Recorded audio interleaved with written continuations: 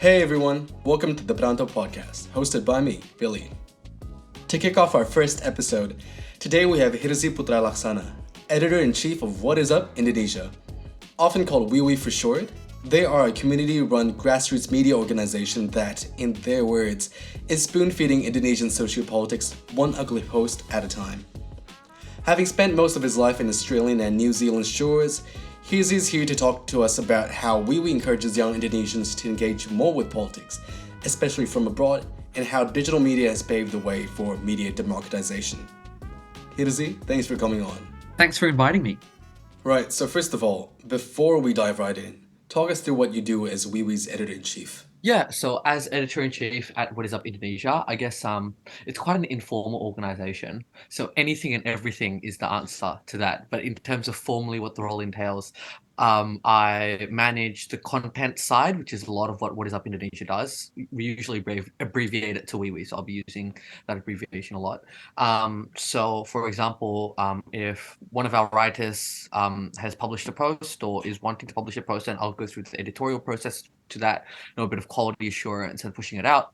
And then there's also the business development stuff as well. So in the background, developing partnerships, writing proposals, helping out with sort of outreach activities and things like that. So that's a bit of a background about the editor-in-chief role. Yeah, look, WIUI is operating on a pretty massive scale now, and I'm sure outgrowing even its wildest expectations in the last few years. So, well, do tell, how did WIUI start? Yeah, so I guess the original point of WIUI and why it was started was because we saw a gap in knowledge, particularly amongst privileged Indonesians, most of whom go to international schools and therefore were educated in English. It's a bit hard for them to consume or to understand Indonesian politics because a lot of the news is in Indonesian. There are a lot of complex abbreviations. So the original intent of WIUI was to fill in that gap of knowledge with Indonesians who have had sort of a globalized upbringing, either through international school, or I guess that applies as well to sort of having an international education in their university days. So I guess the role we play is it's awareness raising. So we do translation of news, but we package it in our own style, I guess. So there's that aspect of awareness raising, making sure they're aware of the issues that are going out or that are going on back home. But there's also an element of advocacy in the sense that we want them to care and we advocate for for politics is seen as complex and it's really intimidating. We want to strip that down for them. We want to say to them, politics is not that complex. It's about your daily lives. It affects what happens in your daily lives. So we strip that back. We make it as simple as possible. We throw in some memes in there so that you can understand it. And I think really that's our mission, just spoon feeding Indonesian social politics, one ugly post at a time. Right, exactly. And, coming from someone who's had what you would call globalized upbringing, there's just a lot of layers to Indonesian politics and a lot of history too. But I think social media has really helped a lot in recent years in providing more digestible bits and pieces of information.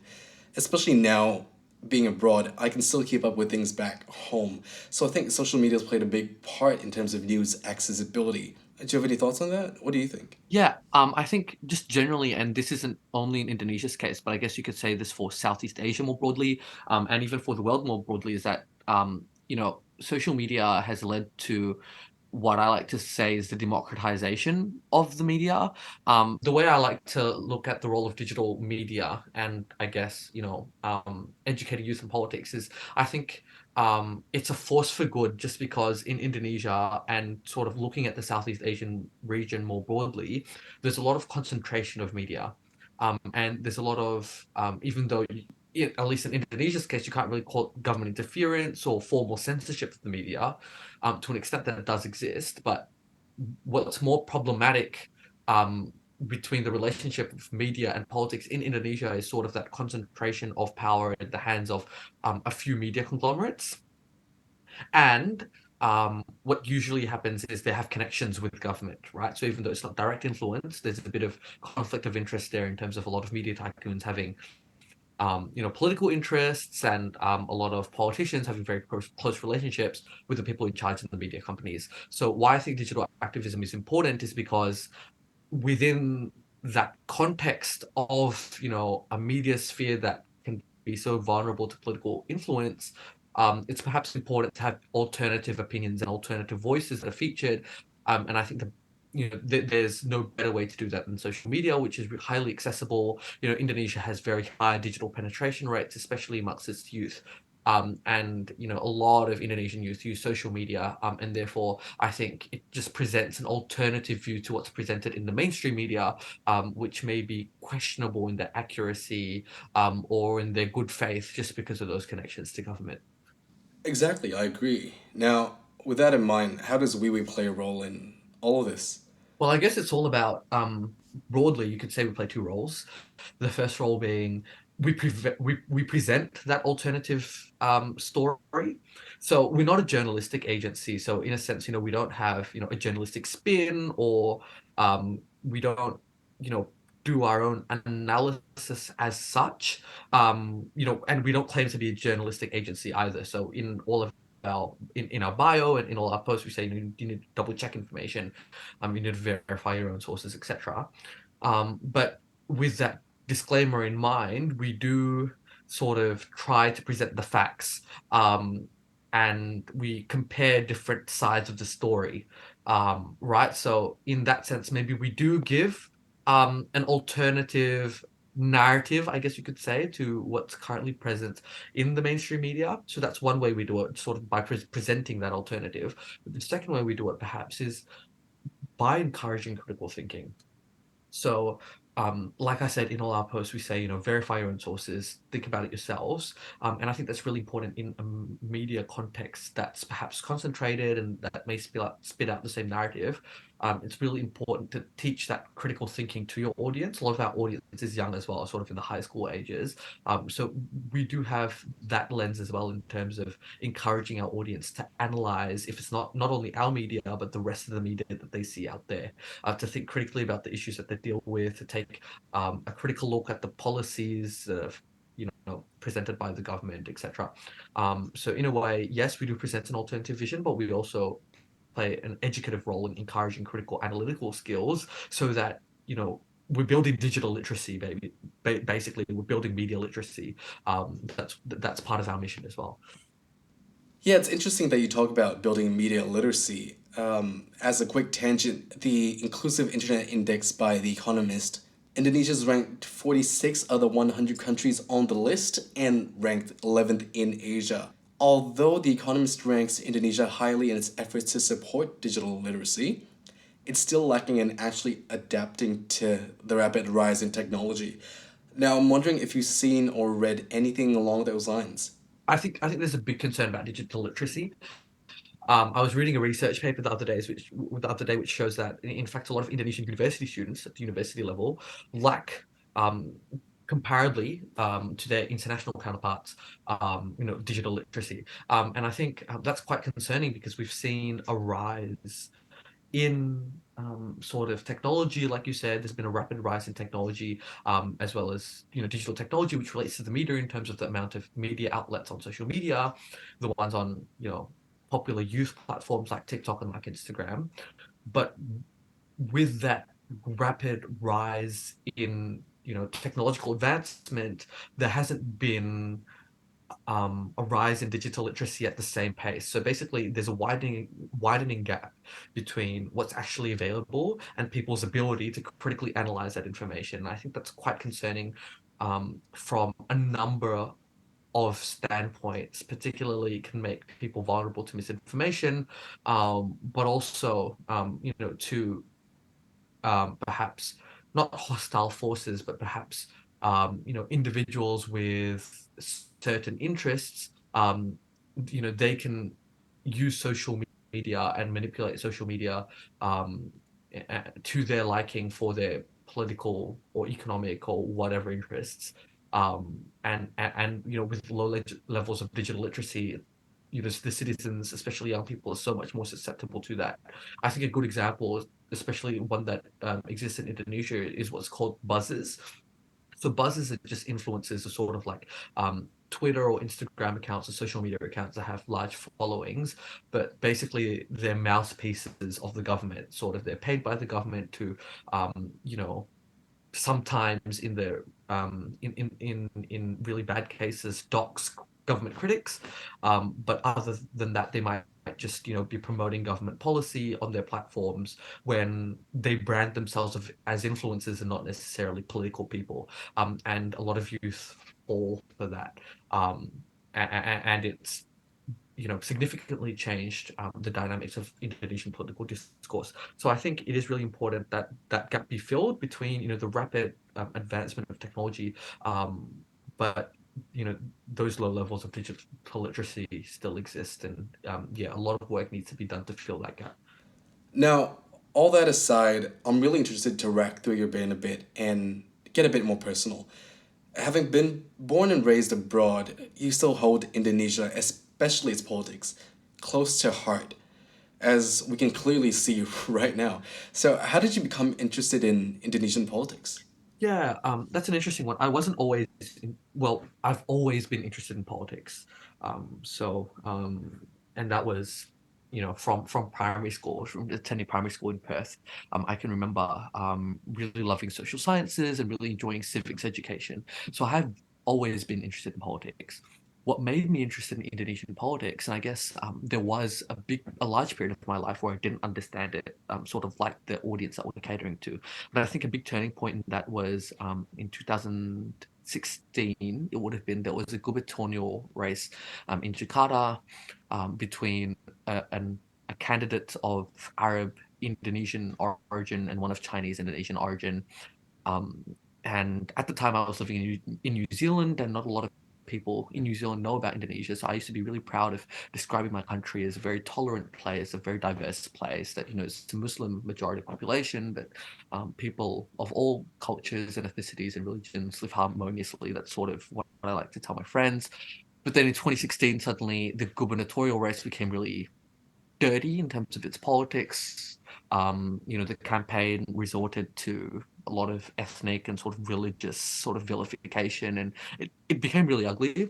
And for me, that was a big turning point. I'm like, this is not the Indonesia I know. You know, how could it get to this stage? What happened? So I think that really pushed me to start understanding more about, you know, what was happening in my home country, my country of birth, and I guess, yeah, I guess my original interest in politics really helped that. So I was naturally curious about, you know, what are the party dynamics like? What is the political system? You know, who are the key players within the political system currently? And what are the power structures that sort of define their relationship? And, you know, I got curious with those questions and I did my own research, and eventually it led me down a rabbit hole and I became quite passionate about it. So I think, yeah, I guess my interest in Indonesian politics was catalyzed by a big event that really really concerned me. I guess you can say that it was out of a sense of concern that I started to get back into Indonesian politics. So, being abroad, how did you actually engage with it though?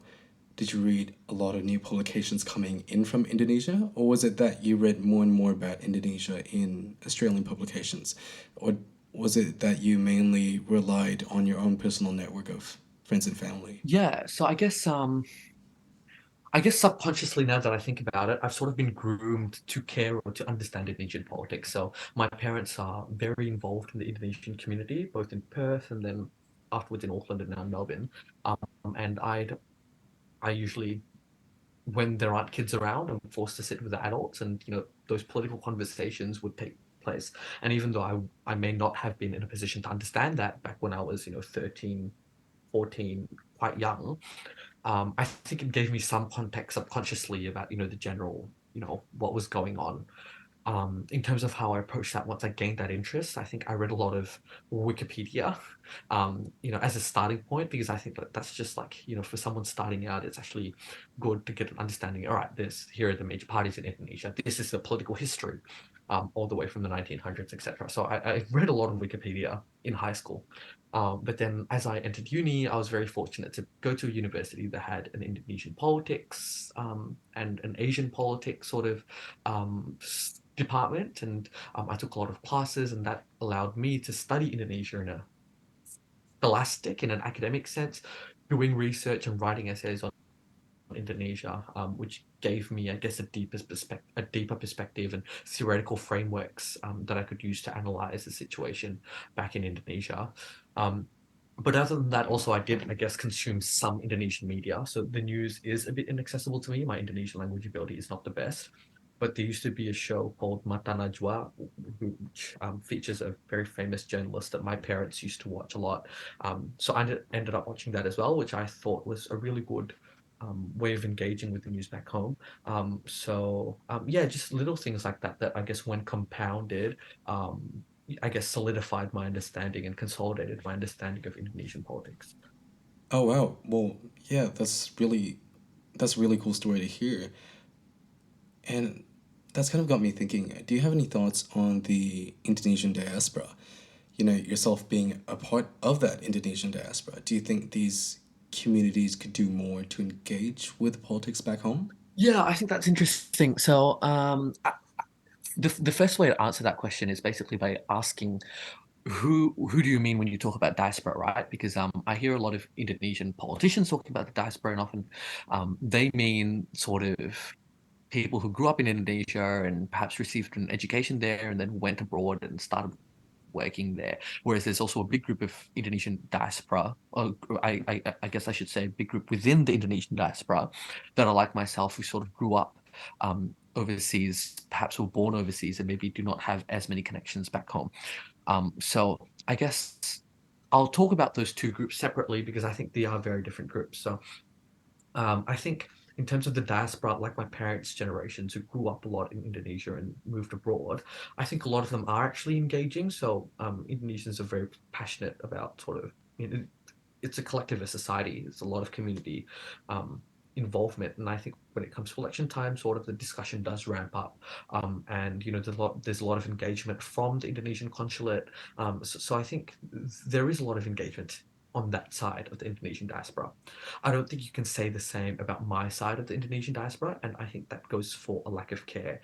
The Indonesian government does not recognize dual citizenship, so often we don't even have voting rights, and that in itself, it's like, why would you care about politics if you can't even vote? And I guess you can't blame the Indonesian sort of young diaspora who, were born overseas and who grew up overseas for not caring because they don't have many connections back home. Um, they've never lived there, perhaps they've never experienced living there. So, um, perhaps you shouldn't expect too much of them in terms of understanding Indonesian politics. However, I do think it is a shame that not many people understand what's going on back home because, their families might still be there, etc. And I think that's ultimately related to a lack of sense of belonging or um, a lack of Indonesian identity, which I think is a big problem within the Indonesian diaspora. I think there's a big lack of effort from the side of the Indonesian government and perhaps Indonesian consulates in foreign countries to engage with sort of young Indonesian diaspora communities. Um, you know, from at least a foundational sense, a lot of my family friends' children who are in the primary school years cannot speak a lick of Indonesian because, whereas there's a lot of Chinese schools that are provided for free and there's, a strong movement to keep the language alive within that community, there's not much of that within the Indonesian community. So there's a lack of language skills, there's a lack of cultural understanding, let alone political understanding, right? So I think the first step would be to build a sense of belonging and a sense of Indonesianness within, that subsection of the Indonesian diaspora community, which grew up overseas and were perhaps born overseas. And then only after you build that sense of belonging can you build a sense of political awareness, or only then can you encourage them to become politically aware of the situation. What are the more, well, quote unquote, temporary group like international students, for example? Because I feel like the general trend is towards the disinterested side instead of the more active, like, well, I guess you and me. Yeah, So I'd like to hear your thoughts on these two before we wrap up for today. yeah. Look, I agree. I think perhaps from the side of well, I guess that's WIUI's core audience, right? Sort of the diaspora, university students who grew up in Indonesia but sort of go abroad for the university studies. I think perhaps you're accurate in describing a sense of, I guess, disengagement within that community. But I think there's two sides of that coin. So I think it's really easy to say, oh, you need to care more, or it's really affecting the lives of the people. You need to be more empathetic towards perhaps the Indonesians who aren't as privileged as you. It's really easy to say that, but I think there needs to be concerted effort as well to get people like that to care by, the political forces that are at play in Indonesia. So there needs to be a concerted effort by politicians to um, and by government institutions and electoral institutions to engage their citizenry, whether that be within Indonesia or abroad, and say to them, the elections are important. This is why it affects you. So there needs to be engagement on the government side as well. But I do think, yes, it is correct that there needs to be a bit more care from the Indonesian diaspora, perhaps international students who are studying abroad. And what I'd say to them perhaps is, um, you know, Indonesia has a lot of potential as a country. You can contribute to that potential. You don't have to, but you can. And um, one way of realizing that potential is by making sure that the rule of law is guaranteed, by making sure that politics is clean and that the system has integrity and that politicians are held to account. So I just encourage, if you want your future to look good, you have to make sure that the politicians play good and that the systems work well. And you can't do that without a citizenry that's alert and that's aware about the going-ons of the day. Thanks for joining us on our first episode of the Perantau podcast. Now, just a quick note, since recording this episode, Hirzi has since left WIUI and other affiliations to take up new opportunities. So, Hirzi, I wish you the best in all your future endeavors and hope to see you soon. Now, if you like what you hear, give the podcast a follow and check out the website at theperantau.com. The Perantau podcast is always looking for new stories to tell and people to meet. So, if you have a story worth telling, don't be shy. Reach out on Instagram, LinkedIn, email, or wherever else you may find the Perantau podcast. Until then, thank you and see you soon.